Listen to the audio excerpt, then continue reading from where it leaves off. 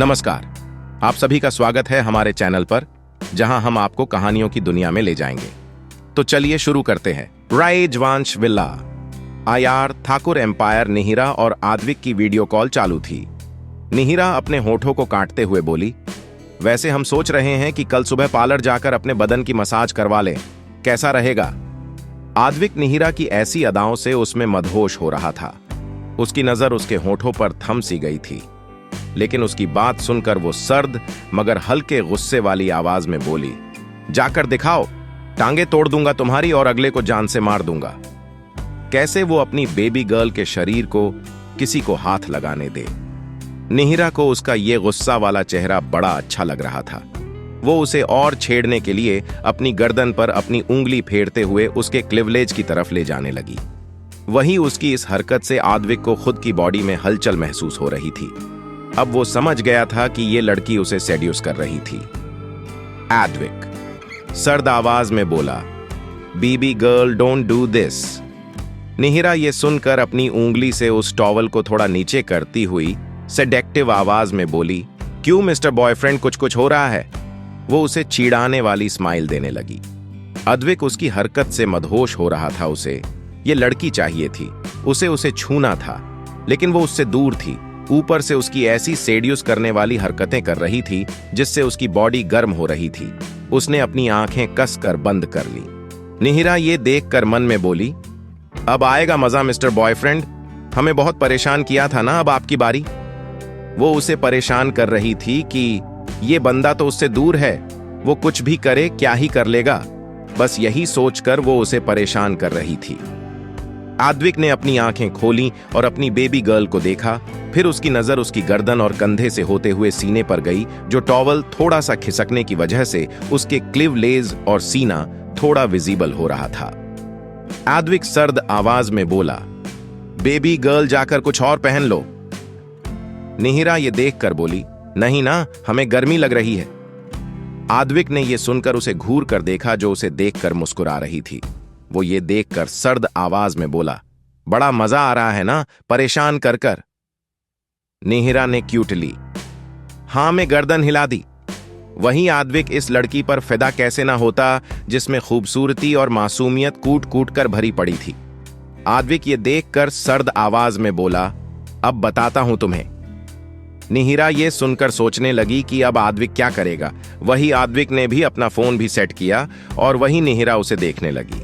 आद्विक सर्द आवाज में बोला, अब तुम देखती जाओ। ये बोलकर उसने अपना कोट का उतार दिया। वही निहिरा उसे देखने लगी। उसे थोड़ा अंदाजा हो रहा था कि आखिर आद्विक क्या करने वाला है। आद्विक ने अपना कोट उतार कर फेंक दिया और अपनी टाई भी उतार कर फेंक दी और अपनी शर्ट के बटन खोलने लगा। वही निहिरा हड़बड़ाकर बोली, आप ये क्या कर रहे हो? अद्वियो ये सुनकर सर्द आवाज में बोला, बेबी गर्ल, वो मुझे भी ना अब गर्मी लग रही है। ये बोलकर उसने अपनी शर्ट उतारकर फेंक दी। वहीं निहिरा ने अपनी आंखों पर हाथ रख लिया और अपनी उंगलियां खोलकर झांकने लगी। वो बस खो गई। इस चक्कर में उसका हाथ भी नीचे आ गया। अब उसकी हल्का सूखने लगी। आद्विक के 8 पैक एब्स देखकर आद्विक ये देखकर अपने सीने पर हाथ फेरते हुए बोला, बेबी गर्ल। निहिरा होश में आई और उसे देखकर मासूमियत से बोली, मत करो ना ऐसा। अब उसकी कुछ इच्छा थी। उसने तो बस ऐसे ही परेशान किया था उसे। ये उम्मीद थोड़ी थी कि आद्विक उसके साथ यही हरकत कर देगा।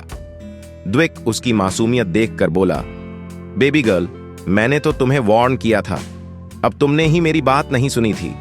वो अपनी बेल्ट निकालने लगा। निहिरा ये देखकर रोतला चेहरा बनाकर बोली, आपने दिन में हमारे साथ किया था, हम तो बस उसका बदला लेने के लिए परेशान कर रहे थे। हमें क्या पता था आप भी ऐसा करोगे, मत करो ना।